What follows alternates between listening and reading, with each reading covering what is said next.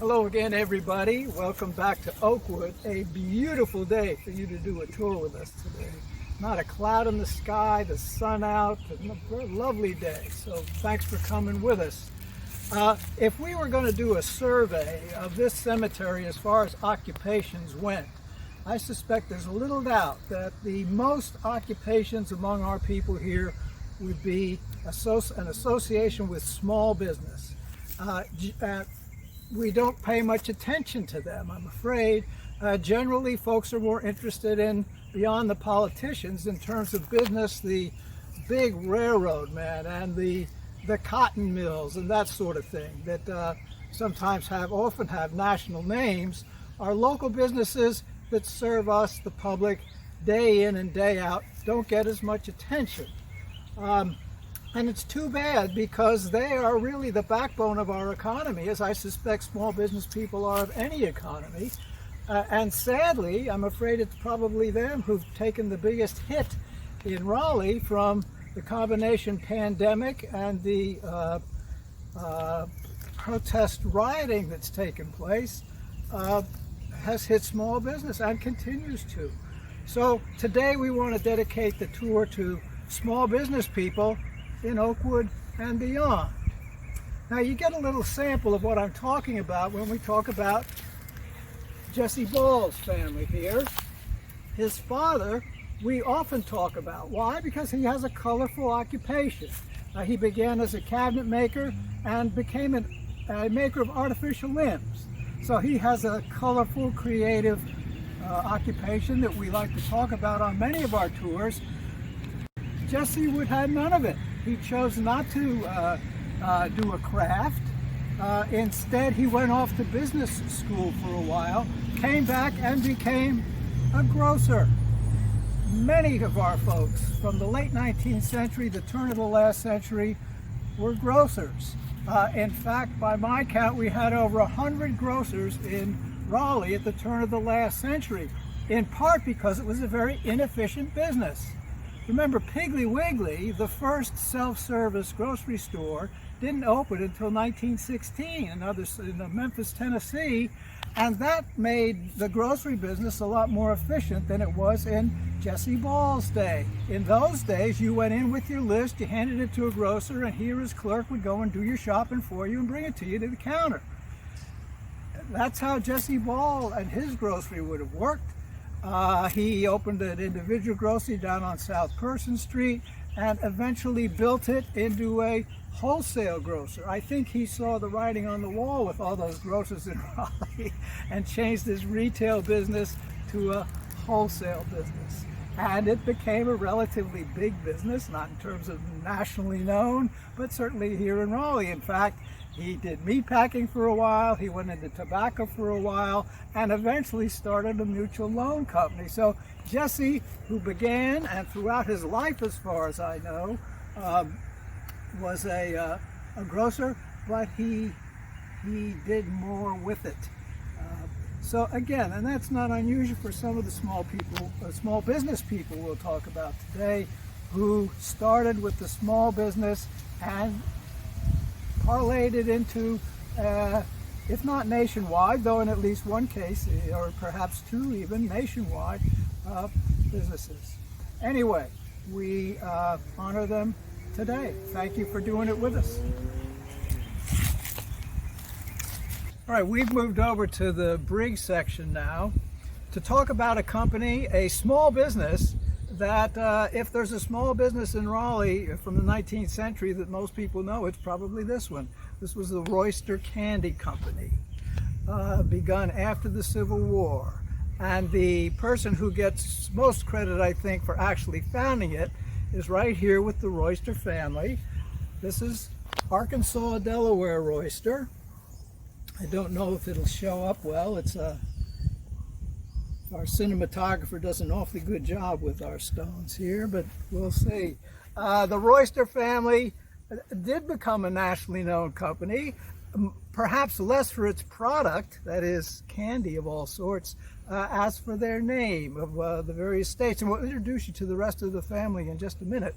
But after the Civil War, Arkansas, Delaware, or AD, who couldn't serve with the Confederate Army because he had a bad case of rheumatism or arthritis.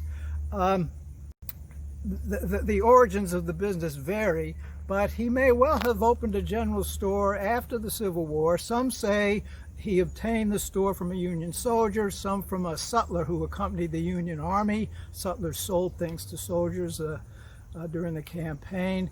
But at any rate, by the early 1870s, he had begun a candy company down in the 200 block of Fayetteville Street, and his brother had joined him at this point, and he was Vermont, Connecticut Royster, who's not buried with the family here, but had buried another family plot across the cemetery. Anyway, A.D. in Vermont started the candy company. The family lore has it, for instance, that A.D., despite his rheumatism, took a wagon or a buckboard all the way to New Bern to get the first load of sugar and brought it back. And Vermont, Connecticut, Bunny was his nickname, the Bunny went to New York City to learn the art of candy making. So they became a very successful business. By the 1880s, it said they were making a ton of candy a day, and they were shipping it nationwide. So they did quite well indeed. I want to introduce you to the rest of the family who's here, often a popular tour stop for us. You met A.D. Arkansas. This is Iowa, Michigan Royster, a scholar at UNC, stayed at the university before the war as a tutor and so forth. Behind him, Oregon, Minnesota Royster. It's a very hard tombstone to read. And other family members over here till we get to a well-known Royster indeed. You can't see it on the stone. In fact, I'm in the way. Wisconsin, Illinois Royster, a well-known doctor in Raleigh, and sorry for the vehicular noise, something we simply can't control. Now, the names are odd, but in some cases, they don't deserve a second look at all unless you're aware of the family. Come on this way. Again, another one that's hard to read, Virginia Carolina Royster. Wonderful name, and the significance of it not readily apparent unless you're familiar with the family. So anyway, a business that lasted in Raleigh until around 1960. Almost 100 years of success with this relatively small business, certainly one that had a great local impact. We're in the Johnson section now, and Robin and I think it's fair to say, have many favorites out here in terms of the businesses we like to talk about, and this is certainly one of them, and a favorite with many of our tour goers too. The business, I think, was known to everyone as Dughi's, but Dughi's Confectionary store down on Fayetteville Street, I think, was the official name of it, and the founder of it was one Antonio Leo Dughi. Robin's panning around to his headstone now. He was born in Italy, and as a teenager, he came to the United States to avoid serving in the Italian army. And when he came to the U.S., I think through Baltimore, in fact, the story is that the family tells he was walking down the street in Baltimore and passed a woman whom he recognized from his village in Italy. They wound up getting married. He eventually came to Raleigh and began to sell things out of a push cart. Fruits and so forth eventually became oysters, all sorts of good things to eat. This is a nice follow-up to Royster's candy business.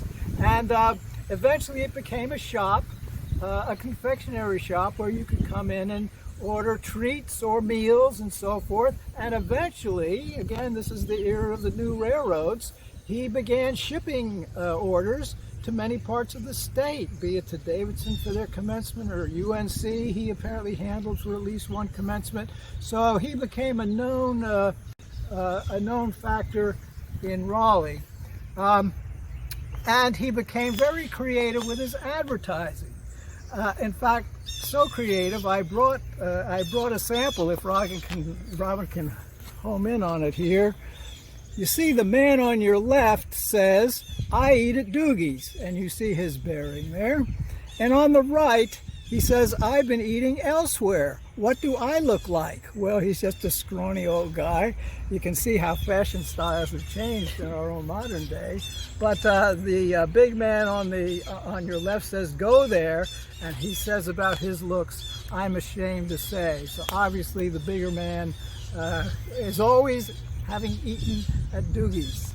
So anyway, everybody got to know Dughi's. In part, he had strange contests. He ran contests. I think he ran one regarding his parrot, a contest to see who would come up with the most words they could teach the parrot, some crazy thing like that. And he had his quail eating contest where he invited someone, a man, I guess the first guy to do it, to come in and eat a quail. And if he could come in for 30 straight days and eat a quail that was cooked at Dughi's, he got them all for free. But if he missed one, he had to pay for any quails that he'd eaten up to that point. So I guess that got him a lot of good publicity. Anyway, Antonio Dughi, the business on Fayetteville Street eventually faded with his passing. It moved, but the family, so enamored were they of the business that they moved the entryway, the little tile greeting that you could see. I believe that was in 1917 that it closed down, and eventually the family sold it to a fellow named George White, who ran an ice cream company, and his ice cream company eventually became part of Borden's, that is Elsie's business, and so you might say that Dughi's eventually wound up under Elsie's tutelage. Anyway, a wonderful small business here in Raleigh. I thought while we were visiting Henry Hicks, we would stop and visit another nearby. In fact, you could throw a ball about anywhere in the cemetery and hit a small businessman. And I thought while we were here, we'd mention briefly Henry Mahler and his jewelry business. Henry was born in what was then Prussia, or Germany now, and came to the U.S. as an immigrant and started a jewelry business which became said to be the largest jewelry business in Raleigh, or in North Carolina, I should say, down in the 200 block of Fayetteville Street. The Mahler building is still there. It's still boarded up, I'm sorry to say, but the Mahler building is still there by that name. And when he passed away, the business went on to onto his sons, and I'm not sure how long it lasted, but quite a while, and a wonderful reputation. Now, the odd thing to me anyway about the Mahler business, and here's one of their ads, if Robin can focus in on it. You see the I there? It's a little hard to read, but it says that Mahler's and Sons now, jewelers and opticians, they also would give you an eye exam. And that made good sense in those days. Why? Because they could grind you lenses, sew you frames, and even the chains that you would use in those days to hold them around your neck. So the Mahlers did quite well for themselves. In fact, Louis Mahler married the daughter of a U.S. senator. So a family of immigrants that certainly did well in Raleigh. We're in almost the middle of the Magnolia Hill section, one of Oakwood's largest. And another small business, very common in its day, much more, well, you see a lot of these things today too, but in those days too, that is druggists. Druggists, pharmacists, chemists, very, very important to Raleigh. And you didn't have one on every corner, but there were quite a few of them. Some of them very, very well known in Raleigh's history, like the fellow with the wonderful name, Peter Francisco Pescud, very early, mid-19th century pharmacist. Otho Levister, who founded Person Street Pharmacy, which is not far from where we are now, very popular with the neighborhood to this day. But the man who really, we can only say, went beyond began as a small businessman, much like Peter Pasgood, was Henry Hicks. Henry Hicks, a pharmacist here in town. He had a number of stores in different locations on Fayetteville Street, but around the turn of the last century, he discovered something, produced something, which made him grow well beyond that.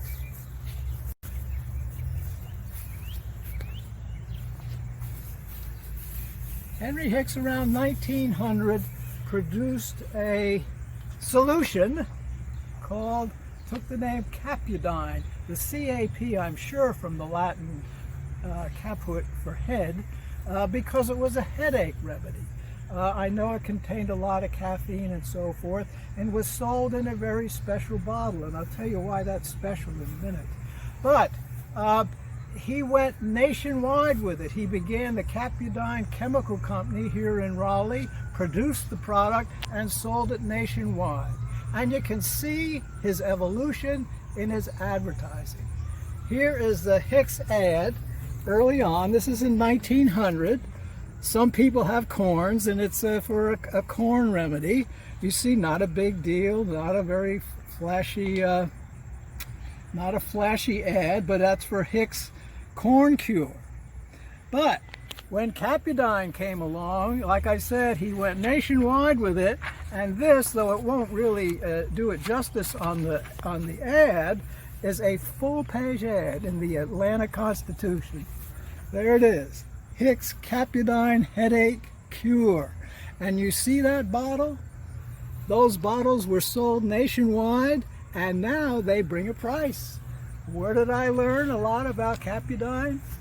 On the Smithsonian website, because they carry pictures of his bottles, and I'm sure you can still find them on eBay. At least one of those bottles I saw was going for 20 bucks.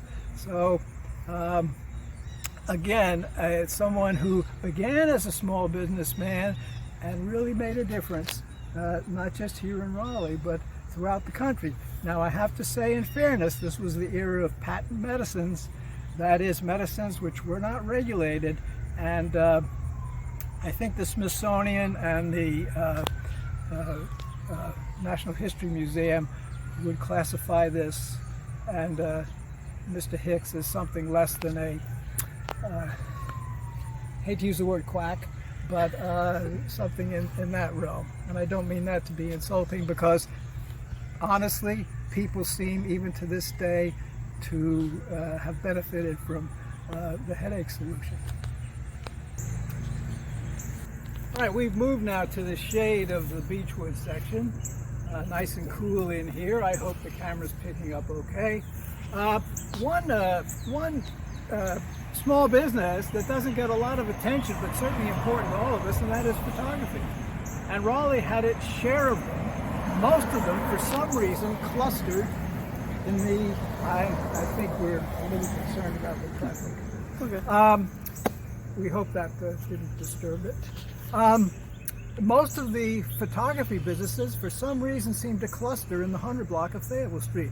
And there were a number of them there, including photographers of different specialties. Some were commercial photographers like Albert Barden. His work, hundreds and hundreds of his photos of North Carolina are online, the Albert Barden collection, put there by the State Archives. But one of the most colorful of the photographers who set up shop here in Raleigh was a fellow named Manley Tyree. He was a personal photographer, a flash photographer. I think the flash referred to his lighting, but flash also referred to his personality, because he was quite a guy. Very handsome fellow, a real ladies' man. It appears that lady journalists love to interview him and so forth.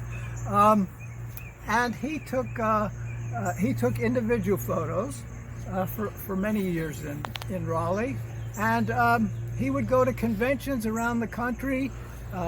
He was elected an officer in one of the biggest photography associations in the United States. As a young Southerner, that was quite a feat.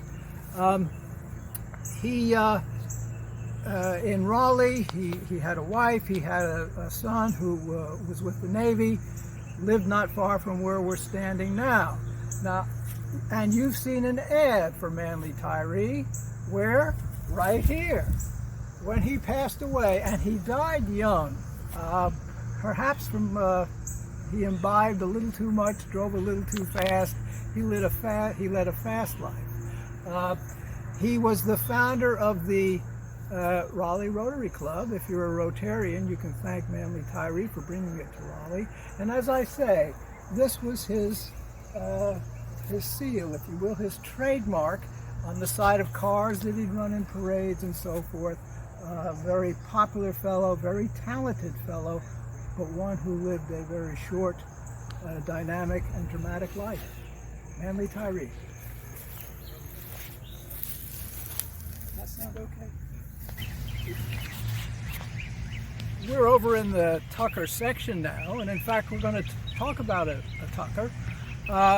You may have noted that we haven't mentioned many women in connection with small businesses because there weren't many women in Raleigh at the time. We're talking late 19th, early 20th century in small business at the time.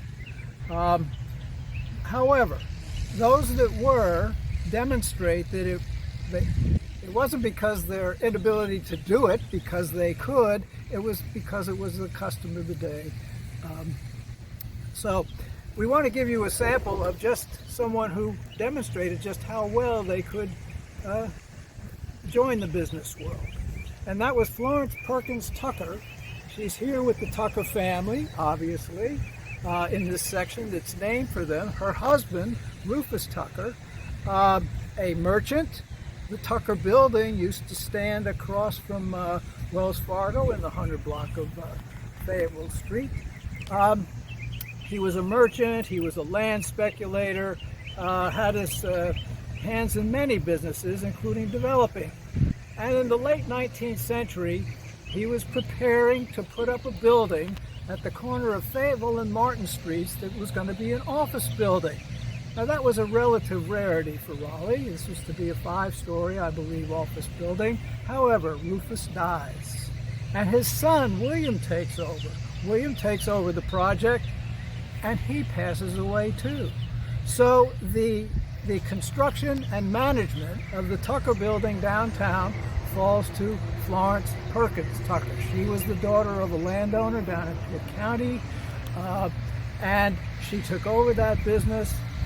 She had the building built, and the amazing thing about it is the plaudits she received, the congratulations, the praise she received for the way she managed the business. One person wrote that she was one of the best business people seen in downtown Raleigh. They praised the building as the building that brought Raleigh into the modern era. Just a wonderful record for a woman in a relatively small business. Florence Perkins Tucker, a name the city will remember. The building is gone, but her name lives on. Well, thanks for staying with us on this beautiful day. We hope you've enjoyed your time in the sun here in Oakwood. We're in the A section now, and we're going to finish up with a rather unique fellow who I think is an interesting representative of small business in a way. This is Percy Rasberry. Percy was from Scotland Neck, and here's a fellow who tried every small business you can imagine. He was a liveryman for a while. He rented horses and carriages. He had a restaurant for a time, a soda fountain, and he ran a small hotel in Scotland Neck.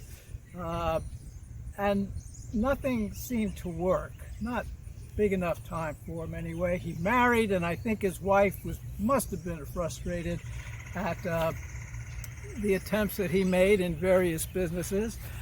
And then he ran into a fellow named Broadus Griffin. Broadus Griffin represents another business that we never talk about here, rarely talk about here in Oakwood. He was a hotel man, and there were lots of hotels and boarding houses and so forth in Raleigh at the time. You've heard about the Yarborough House, and in fact, Mr. Griffin owned the Yarborough House when he approached Percy Rasberry and asked him if he would like to manage the Yarborough House at night and be a greeter.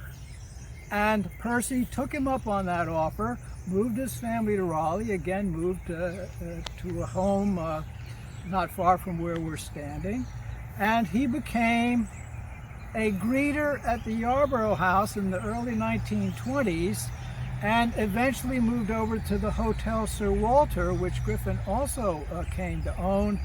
And in fact, he left the Yarborough House in time to avoid the fire that burned the Yarborough House down in 1926.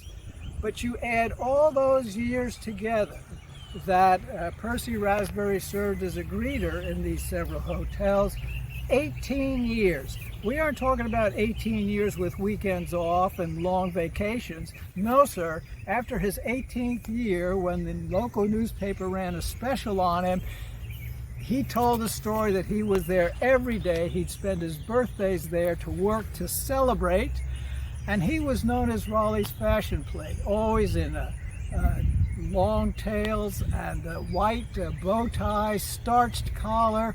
He was quite the dude indeed, very fancy, often confused with a senator or a preacher or whatever, but quite a fellow, a known fellow here in Raleigh. In fact, in a way, you might say that Percy Rasberry is one of the most successful small businessmen in the history of Raleigh. And it may have something to do with the product that he was selling. Why was he so successful a businessman here in Raleigh? What was he selling? He was selling himself. Maybe a lesson there for all of us. Anyway, thank you for joining us for our small business tour. There's lots more we could talk about, and we may just do that on down the road and bring in some of the people we wished we'd talked about today. Thank you for joining us.